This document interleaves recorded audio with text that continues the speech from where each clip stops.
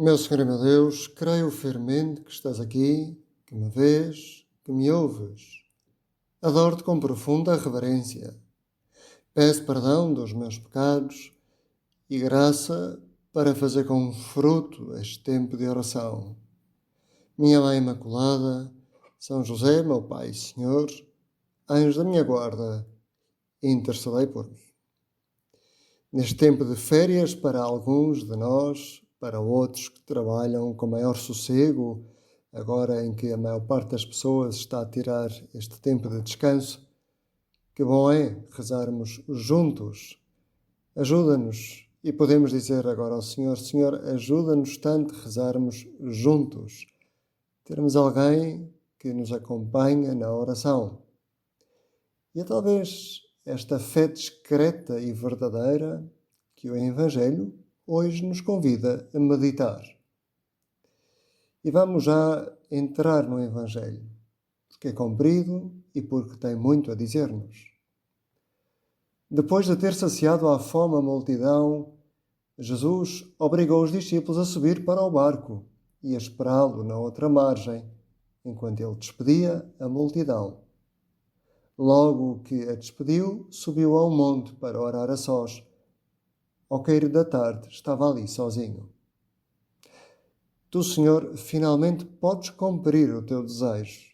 Depois de um longo dia, como ouvimos no Evangelho do domingo e ontem, um longo dia a ouvir as pessoas, a curá-las, a dar remédio à alma e ao corpo, Jesus finalmente pode fazer aquilo que queria. Tinha procurado uma região isolada para rezar. A morte de João Batista tinha provocado no seu interior uma ferida na alma e queria rezar por isso. A oração trará paz à humanidade de Jesus, que se torna melancólica ao saber a notícia da morte do primo, mas até ali não tinha havido tempo. E no final daquele dia em que as pessoas quase aclamavam Jesus, depois de verem o milagre da multiplicação dos pães e dos peixes, quais o aclamavam rei, subitamente Jesus afasta-se para o monte e ali fica à noite a rezar. Subitamente desaparece o atrativo do bem das multidões. Se já estiveste num concerto em que o vocalista se atira e começa a nadar para os braços, nas mãos das pessoas, que é uma típica imagem de um concerto bem-sucedido, pois podes imaginar assim, Jesus à frente de mais de 5.000 pessoas, depois de fazer um milagre. Claro que as pessoas queriam estar com ele. E é assim que Jesus nos ensina, a ti e a mim, nos ensinas, Senhor, a rezar com uma oração que por vezes pode custar, mas que tem um fruto que é alcançado pela constância. Jesus reza com total discrição. O que nos queres dizer com esta oração discreta, Senhor? Jesus sabe que por vezes passamos momentos difíceis, em que a nossa alma se enche de sombras, como estava a sua quando ouviu dizer que João Batista tinha sido decapitado. E então, porquê a oração, Senhor? Porquê refugiar-te quando sentes tristeza? Será que queres que nos admiremos com os efeitos curativos da tua oração? Aqueles efeitos de que falava o teu santo São João Maria Vianney e que hoje celebramos na igreja quando dizia numa catequese paroquial: a oração nunca nos deixa sem doçura. É como o mel que se derrama sobre a alma e faz com que tudo nos seja doce. Na oração bem feita desaparecem as dores, como a neve aos raios do sol. A imagem que usa São João Maria é belíssima. O mel é doce e é um anti-inflamatório natural. Assim, a oração para as dores cotidianas, como por exemplo uma discussão em família, ou para as dores provocadas pela angústia ou a amargura da separação. E assim estás tu, Senhor, em cima daquele monte só em oração.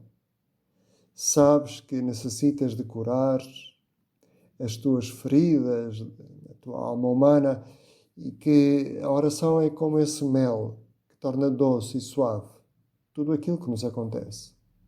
E assim estás a ensinar-nos na oração, na constância da oração, que podemos alcançar paz.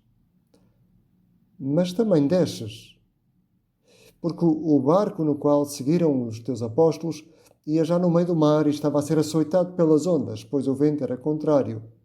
E então, lemos no Evangelho de hoje, Jesus foi ter com eles, caminhando sobre o mar. Os discípulos, vendo-o caminhar sobre o mar, assustaram-se, pensando que fosse um fantasma, e gritaram, cheios de medo. Mas logo Jesus lhes dirigiu a palavra, dizendo: Tende confiança, sou eu, não temais. E respondeu-lhe Pedro: Se és tu, Senhor, manda-me ter contigo sobre as águas. Vem, disse Jesus. Mais do que o pedido de Pedro, não sei, é fascinante a resposta de Jesus, que lhe diz em voz alta: Vem, é um imperativo. Mas porquê que Jesus diz a Pedro para caminhar sobre as águas quando sabe que ele vai cair e afogar-se? Não é uma vontade louca a de Pedro? Senhor, porquê que tu dizes vem? Jesus nunca se protegeu, mas aceitou tudo o que vinha da vontade, do poder e da falta de escrúpulos dos homens, escreveu um dia Romano Guardini. E podemos aplicar também a Pedro, não que Pedro tenha falta de escrúpulos, mas é que Jesus aceita tudo o que vem da vontade humana. Às vezes podemos até não entender porque é que Deus permite algumas coisas, mas dá-nos a liberdade e aceita. Se fazia assim com homens sem escrúpulos, não ia permitir àqueles que ama que façam a sua vontade. Mas a questão é, para quê? Nunca ouviste pessoas que te dizem: porquê é que Deus permite isto? Este mal na minha vida?